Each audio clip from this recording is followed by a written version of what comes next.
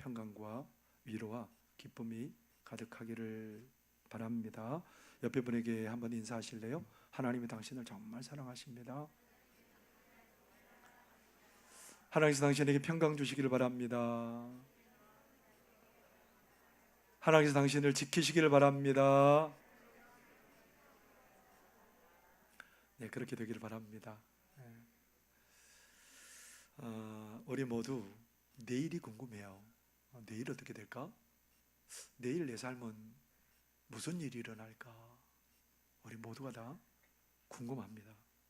그래서 사람들은 내일을 좀 알고 싶어서 어떤 사람들은 무당을 찾아가기도 하고요. 어떤 사람들은 사주팔자를 잘 보는 사람을 찾아가서 내 내일이 어떻게 돼요? 그렇게 물어보는 사람들이 있습니다. 하나님을 안 믿는 사람들도 내일이 궁금하고, 그렇지만 우리 하나님을 믿는 사람들도 내일이 궁금하기는 매한가지예요. 여러분들의 내일은 어떻게 될까요?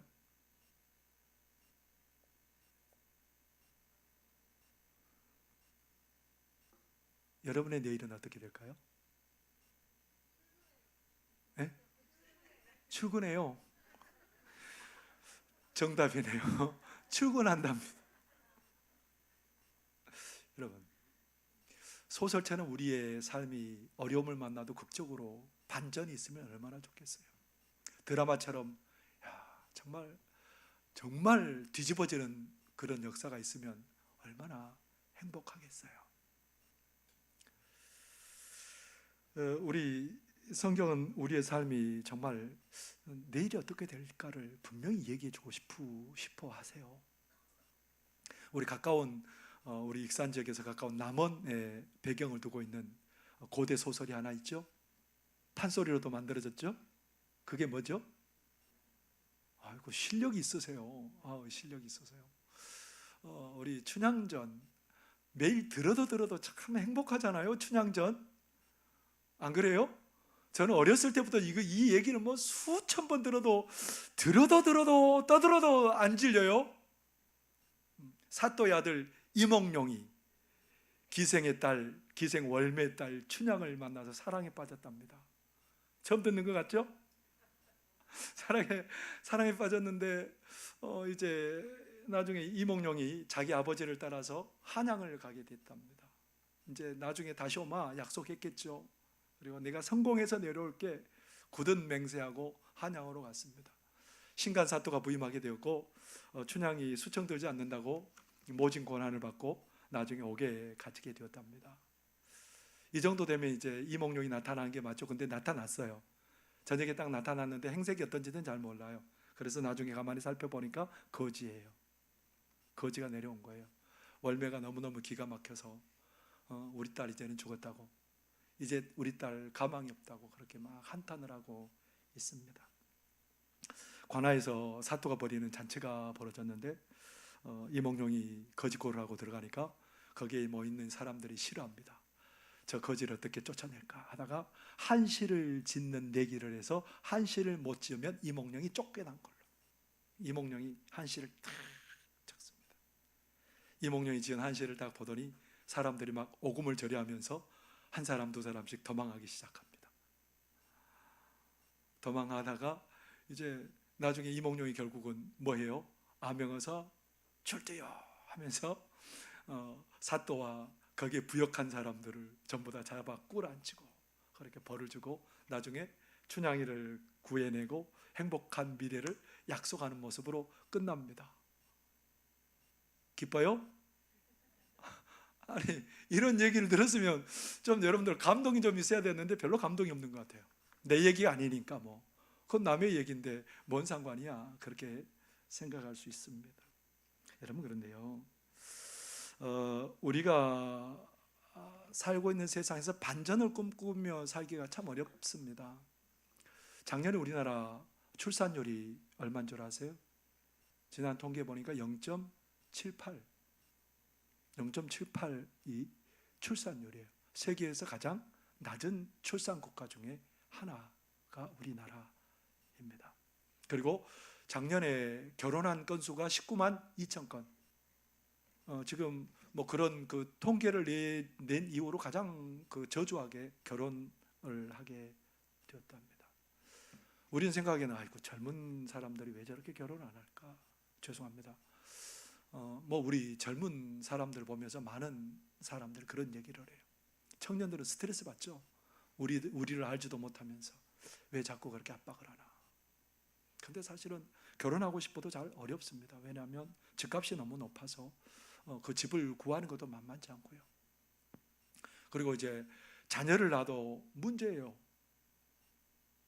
자녀를 많이 낳으면 낳을수록 거기에 따르는 부대 비용들이 많이 들어가고, 또 육아를 하려니 이게 보통 일이 아닙니다.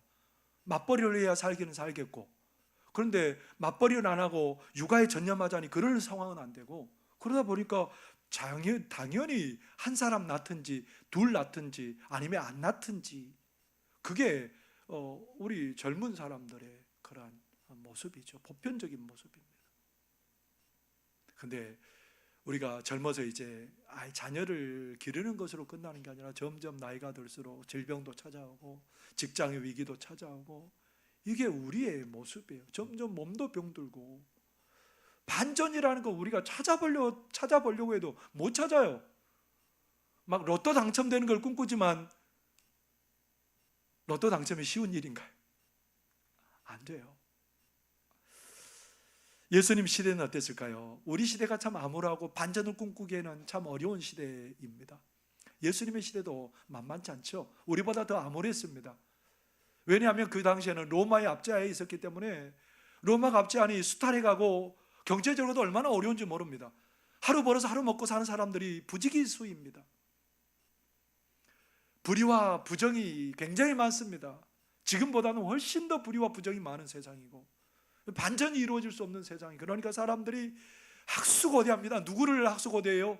메시아가 오면 이 모든 일들이 뒤바뀌어질 것이다, 반전의 역사가 일어날 것이다, 메시아를 굉장히 기대하고 있습니다. 제자도 얼쑤 우리 예수님 예루살렘만 올라가 봐, 우리도 반전의 역사가 일어날 거야, 그렇게 막 기대하고 있습니다. 그런데 예수님께서 그러기는 그냥 뭐라고 말하냐면, 나 예루살렘에 올라가면 고난을 받고 십자가에 죽는다.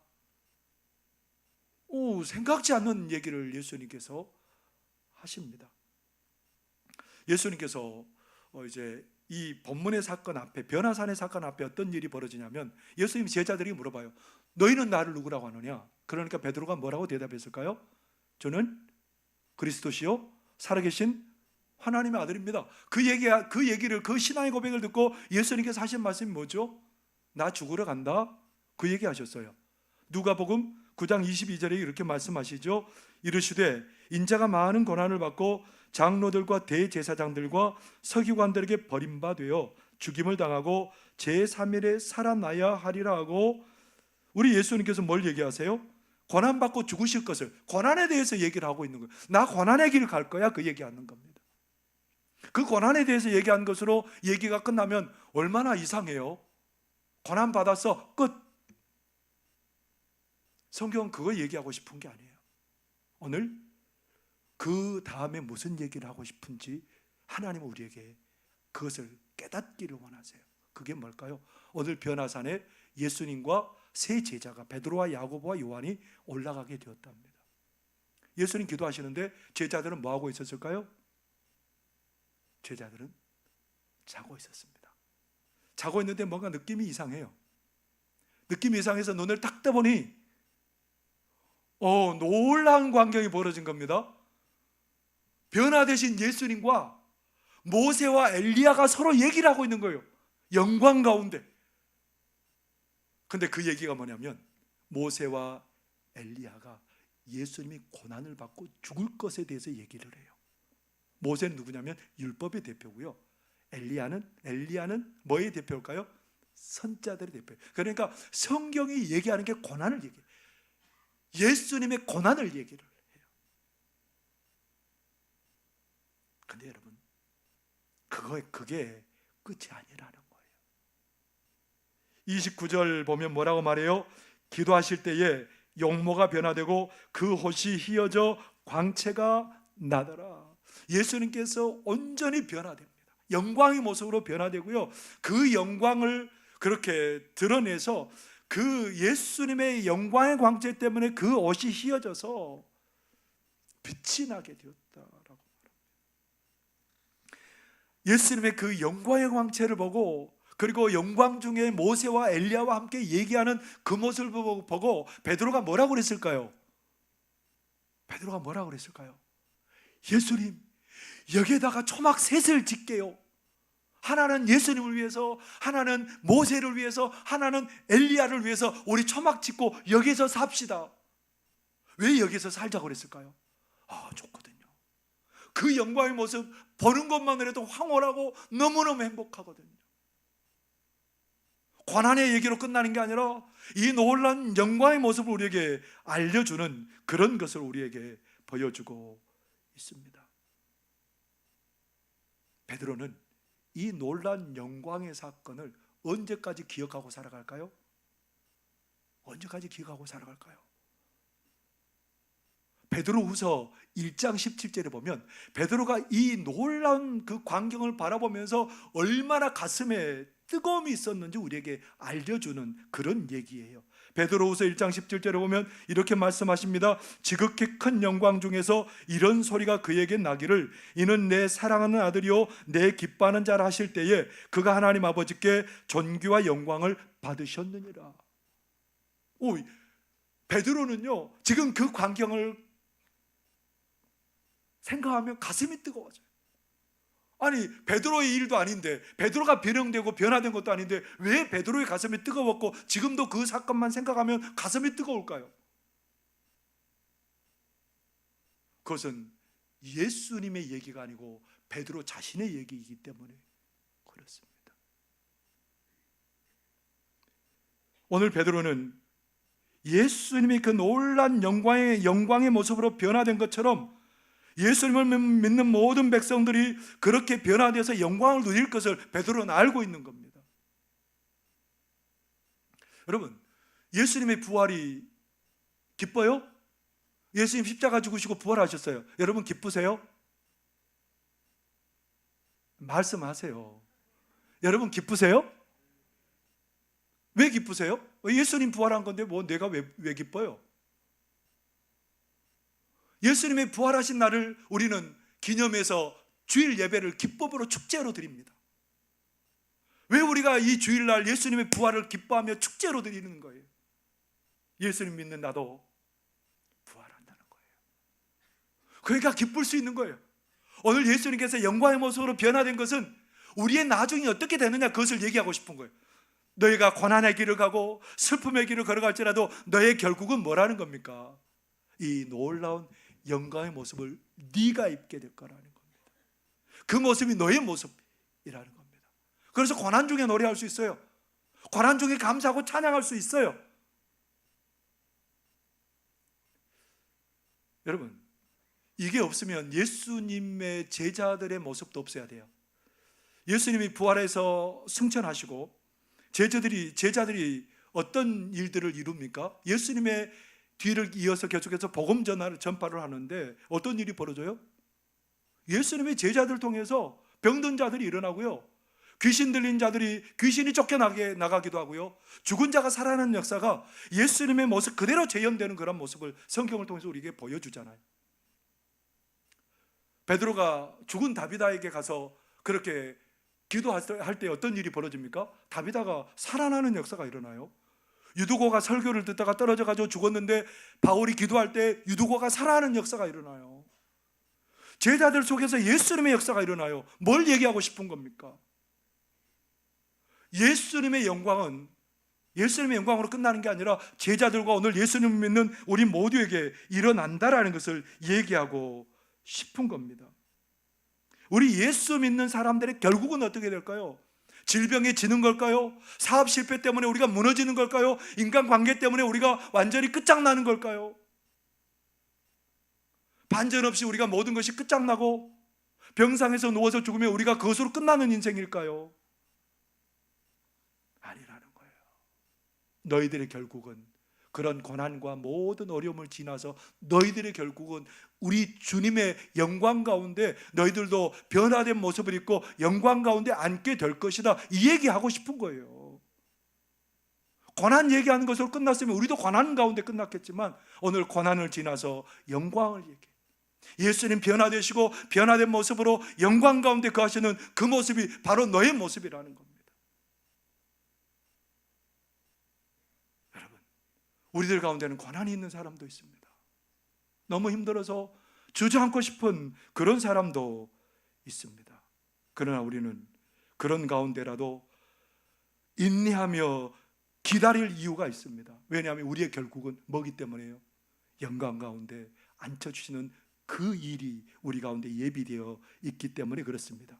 그래서 신학자 바클레이는 우리가 당하는 이 모든 어려움이 오히려 하나님의 영광을 보는 눈을 열어주는 그런 재료가 된다는 겁니다. 우리가 오히려 고난과 어려움 때문에 하나님의 그 영광을 바라볼 수 있는 그런 눈이 열리게 된다라는 겁니다. 오늘 우리 믿는 사람들에게 있는 슬픔도 고난도 결핍도 결국은 이 주님을 바라보게 하는 도구가 된다는 거예요.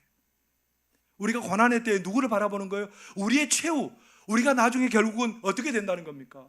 이 놀라운 영광의 자리에 이르게 된다는 겁니다. 욥의 얘기를 우리는 너무 좋아합니다. 욥이 하나님을 정말 경외하는 사람입니다. 하나님께서 부유하고 복되게 하셨습니다. 그런데 사단이 시기해서 뭐라고 말합니까? 하나님, 욥을 시험하면 욥이 하나님을 배반할걸요? 그래, 한번 해봐라. 그래서 하나님의 허락하에 사단이 시험합니다. 모든 재물을 하루아침에 다 잃어버립니다. 사랑한 10명의 아들, 딸들이 지붕이 무너져서 한꺼번에 다 죽어버립니다. 이런 상황에서 욥은 어떻게 했을까요? 원망하고 불평하는 게 아니고 주신 분도 하나님이고 가져가신 분도 하나님이니 하나님 찬양합니다. 찬양합니다. 이 시작에 불과합니다. 욥이 머리끝부터 발끝까지 온몸에 종기가 나서 일어설 수도 없고 앉을 수도 없고 누울 수도 없는 그런 고통스러운 가운데 욥은 그럼에도 불구하고 어떻게 하고 있어요? 인내하고 있습니다. 인내. 누구를 바라보며 인내하고 있어요? 하나님을 바라보며 인내하고 있습니다. 그때 하나님께서 어떻게 하셨을까요? 우리 하나님께서 욥을 인내하고 하나님을 바라보는 욥에게 하나님께서 놀란 믿음의 눈을 뜨게 하십니다. 예전엔 내가 귀로만 들었던 하나님을 내가 눈으로 보았다는 거예요. 내가 하나님을 생생하게 경험했다는 거예요. 놀란 믿음의 고백을 하고 연이 어떻게 하십니까? 하나님께서 그의 재물을 갑절이나 되게 하시고 10명의 아들, 딸을 다시 주셨는데 그가 그의 딸들 3명은 세상의 어떤 자녀들보다 그렇게 아름다웠다라고 말할 만큼 견줄 수 없을 만큼 그렇게 귀한 딸들이었다고 소개하고 있는 것을 보게 됩니다. 우리 하나님은 고난을 주는 것으로 그것으로 끝나는 게 아니에요. 우리 인생을 그 고난을 다 덮을 만큼 은혜로 영광으로 하나님은 우리의 삶에 가득하게 채워주는 줄 믿습니다. 우리의 내일은 바로 이거예요. 지금 고난의 자리를 지나간다고 할지라도 우리의 내일은 이 놀라운 영광의 자리에 하나님이 인도하시고 앉게 하실 줄 믿습니다. 그래서 이 목사님께서는 견뎌낼 힘, 이겨낼 은혜라는 책에서 우리가 인내하고 기다려야 될 이유를 이렇게 쓰고 있습니다. 여러분 자막을 한번 잘 보시기 바랍니다. 하나님은 작품을 만드실 때 고난이라는 재료를 사용하십니다. 고난이 오면 우리는 하나님 왜 이렇게 저를 힘들게 하십니까? 라고 원망하지만 우리는 그저 하나님이 최고의 작가라는 사실만 기억하면 됩니다. 하나님이 필요하셔서 고난이라는 재료를 쓰시겠다는데 우리가 무슨 말을 하겠습니까? 우리가 할 수 있는 것은 인내밖에 없습니다. 지금은 좋은데 나중에 죽을 고생하는 인생이 아니라 지금은 힘들더라도 끝이 좋은 인생이 되어야 합니다. 우리는 끝이 좋은 삶이 약속된 인생입니다. 세상 사람들은 그 끝을 모르기에 두려워하지만 우리는 지금 무슨 일이 일어난다고 해도 겁먹을 필요가 없습니다.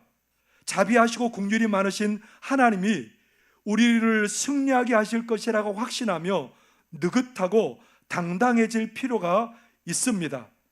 강하신 하나님의 손을 당할 자가 없기에 하나님은 어떤 망가진 인생도 얼마든지 회복시키실 수 있기에 우리 마음대로 결론을 내어서는 안 됩니다.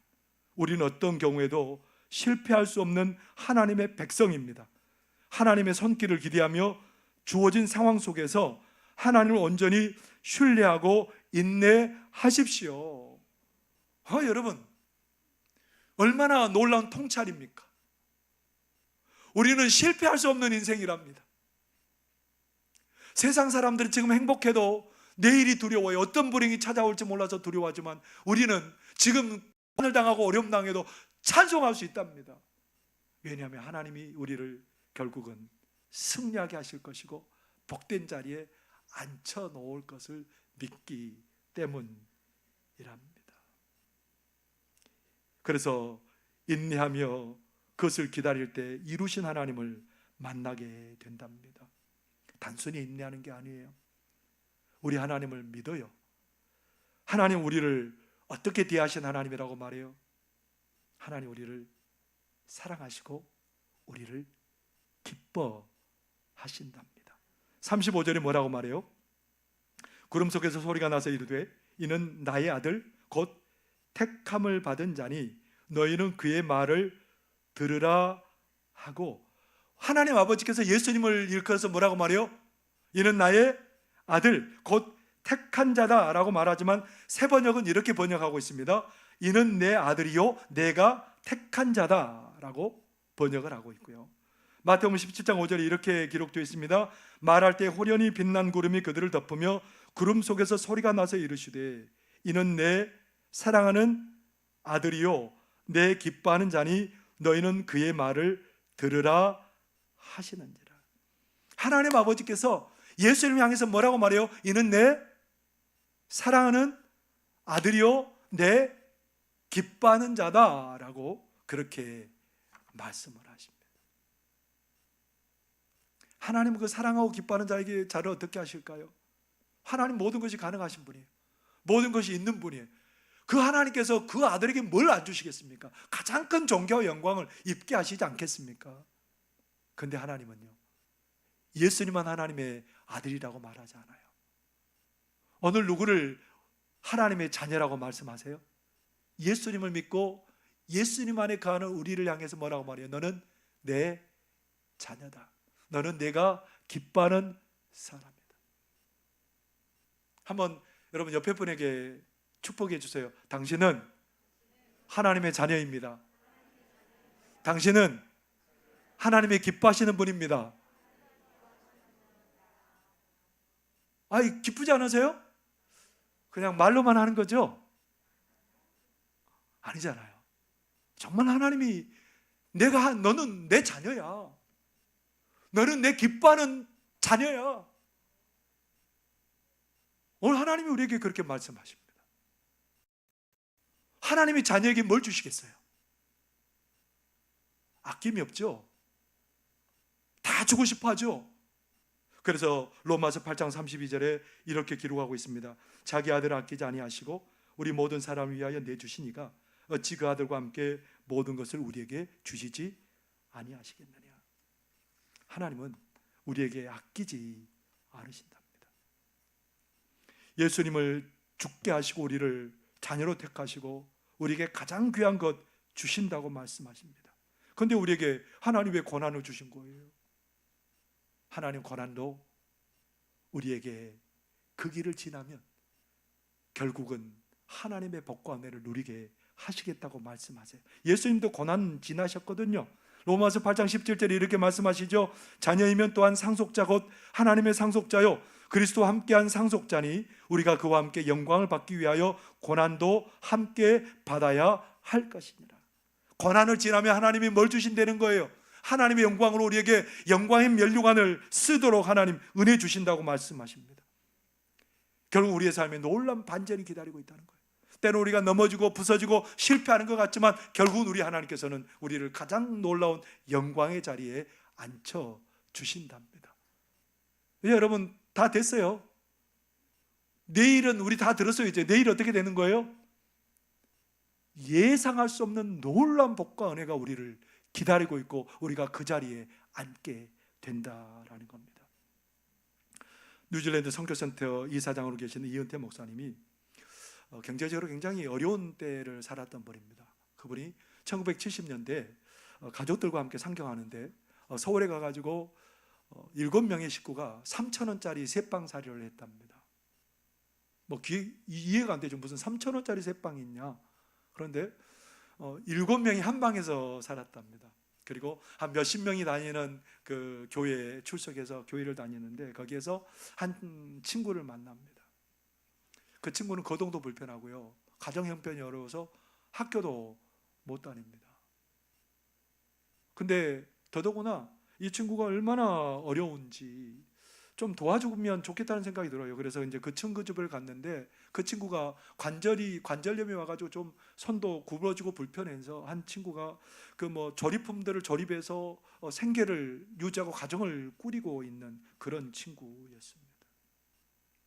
근데 그 친구에게는 재주가 있어요. 나무를 깎으면 잘 다루는 재주가 있어요. 그래서 자기 아버지 부동산 안에 도장을 파는 그 가게를 하는 분이 있는데 아버지에게 얘기해서 아버지, 내 친구 저 도장 파는 기술 좀 배우게 해주세요. 그래서 아버지의 허락을 얻어서 도장 파는 기술을 이렇게 배우는데 너무너무 잘하는 거예요. 근데 이 도장 파는 기술자가 다른 데로 갔습니다. 그러니까 아버지에게 얘기해서 아버지, 이 내 친구 여기에서 일 좀 하게 해주세요. 일하게 됐답니다. 근데 사업이 잘 되고 나중에 인쇄소를 차리고 잘 돼서 그분이 가정을 꾸리고 또 나중에는 신앙적으로도 장로님이 되시고 누구나 다 부러워할 그런 가정을 이루게 되었답니다. 이 불우하고 이 가난한 반전의 기회라고는 없을 것 같던 이 소년에게 하나님 안에서 하나님 은혜를 베푸신 거예요. 어떻게 하세요? 하나님이 그 인생을 복되게 하셨답니다. 하나님이 그 인생을 일으켜 세우셨답니다. 가능성이 없는 그 인생을 하나님이 세우셨답니다. 사랑하는 성도 여러분, 우리는 누구 안에 있습니까? 하나님 안에 있습니다. 우리의 삶이 지금 깊은 골짜기를 지나갈 수도 있고요, 우리의 삶이 지금 눈을 뜰 수 없을 만한 그런 아픔 속에 있을 수도 있습니다. 그러나 이 고난을 지나가고 인내하며 하나님을 바라보며 기다릴 때 이 고난의 길을 지나서 하나님께서는 놀라운 영광의 자리에 우리를 앉게 하실 줄 믿습니다. 고난의 때에 우리가 인내하며 하나님을 바라보시기를 바랍니다. 하나님은 고난에 있는 우리들을 뭐라고 말씀하세요? 너는 내 사랑하는 자녀야. 너는 내가 기뻐하는 자녀야. 어떤 고난과 어려움이 올지라도 그 하나님의 음성이 힘입어서 나를 가장 존귀하고 복된 자리에 앉힐 하나님을 바라보며 믿음으로 인내하고 신앙의 길을 잘 걸어가는 저와 여러분의 삶이 되시기를 바랍니다. 기도하겠습니다. 사랑하는 하나님 아버지, 고맙고 감사합니다. 우리의 내일은 슬픈 일이 가득한 내일이 아니고 우리의 내일은 하나님께 주신 영광스러운 내일이 우리를 기다리고 있을 줄 믿습니다. 인내하게 하여 주시옵소서. 하나님을 신뢰하게 하여 주옵소서. 너는 내 사랑하는 아들이요 내 기뻐하는 자라. 날마다 우리에게 음성 들려주시는 하나님의 음성이 우리를 걷게도 하게 하시고 뛰게도 하게 하시고 용기 있게 나아가는 그런 사람들로 세워 주옵소서. 하나님, 우리가 그 은혜로 오직 하나님을 영화롭게 하며 하나님, 우리가 그 삶을 통해서 하나님의 살아계심을 드러내며 살아내는 그런 우리들 되게 하여 주옵소서. 예수님 이름으로 기도하옵나이다.